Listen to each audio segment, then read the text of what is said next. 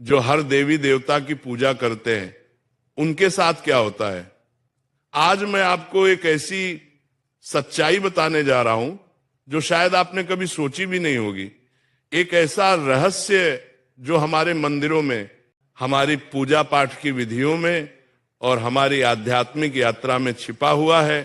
तो चलिए इस यात्रा पर निकलते हैं और समझते हैं कि जो लोग हर देवी देवता की पूजा करते हैं, उनके जीवन में वास्तव में क्या घटित होता है। कल्पना कीजिए एक व्यक्ति की जो सुबह उठकर सूर्य देव को नमन करता है, फिर गणेश जी की आरती करता है, फिर शिव जी का ध्यान करता है, दोपहर में लक्ष्मी माता की पूजा करता है, शाम को हनुमान जी के मंदिर जाता है और रात को दुर्गा माता का पाठ करता है। क्या यह भक्ति है या भ्रम? क्या यह समर्पण है या बिखराव? जब हम हर देवी देवता की पूजा करते हैं तो हम दरअसल एक बहुत बड़ी सच्चाई को नहीं समझ पाते कि सभी देवी देवता एक ही परम सत्य की अलग अलग अभिव्यक्तियां हैं। जब एक साधक अलग अलग देवताओं की पूजा करता है तो उसका मन विभिन्न दिशाओं में भटकने लगता है। ये ऐसा है जैसे एक व्यक्ति एक साथ कई नावों पर सवार होने की कोशिश करे, अंततः वह किसी भी नाव से अपने गंतव्य तक नहीं पहुंच पाता। लेकिन इसका मतलब यह बिल्कुल नहीं है कि विभिन्न देवताओं का सम्मान नहीं करना चाहिए। हमें यह समझना होगा कि सभी देवी देवता एक ही परमात्मा के विभिन्न रूप है और हमें अपनी साधना में एक केंद्र बिंदु चुनना होगा। मैं आपको एक कहानी सुनाता हूं। एक सुंदर सी नगरी में श्याम नाम का लड़का रहता था। तो उसके घर में भी विभिन्न देवी देवताओं की पूजा होती थी। उसकी माताजी लक्ष्मी माता की भक्त थी, पिताजी शिव जी के उपासक थे और घर के अन्य सदस्य अलग अलग देवताओं की आराधना करते थे।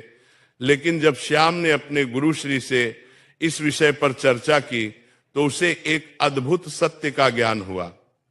उसके गुरुदेव ने समझाया कि जैसे समुद्र में लहरें अलग अलग दिखती हैं लेकिन सभी एक ही पानी से बनी होती हैं, वैसे ही सभी देवी देवता एक ही परम चेतना की अलग अलग लहरें। जब एक व्यक्ति हर देवी देवता की पूजा करता है बिना इस गहरी समझ के, तो उसकी आध्यात्मिक ऊर्जा बढ़ जाती है। ये ऐसा है जैसे सूर्य की किरणों को अलग अलग दिशाओं में फैला दिया जाए। वे प्रकाश तो देंगी लेकिन उनमें वह तीव्रता नहीं होगी जो एक बिंदु पर केंद्रित किरणों में होती है।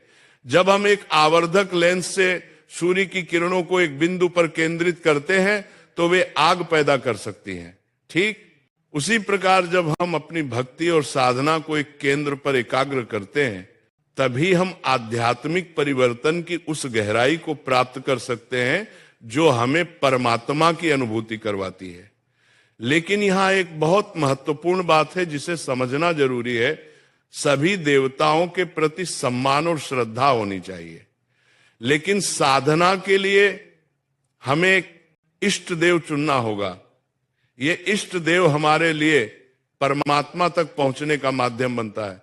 जैसे एक पहाड़ की चोटी पर पहुंचने के लिए कई रास्ते हो सकते हैं, लेकिन हमें एक रास्ता चुनकर उस पर चलना होगा।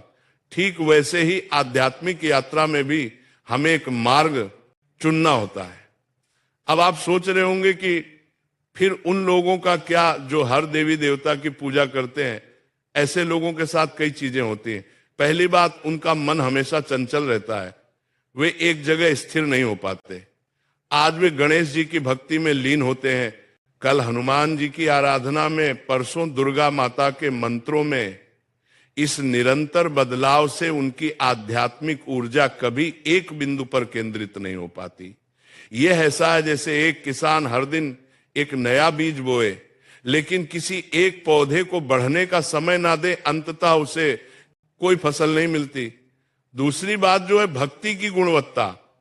जब हम अपनी भक्ति को कई दिशाओं में बांटते हैं तो हर दिशा में हमारी भक्ति की गहराई कम हो जाती है। मान लीजिए आपके पास प्रेम का एक निश्चित परिमाण है, अगर आप उसे 10 लोगों में बांटते हैं तो हर किसी को केवल दवा हिस्सा मिलता है। लेकिन अगर आप उसी प्रेम को एक व्यक्ति को देते हैं तो उसकी तीव्रता 10 गुना हो जाती है। आध्यात्मिकता में भी यही सिद्धांत लागू होता है। जब हम अपनी संपूर्ण भक्ति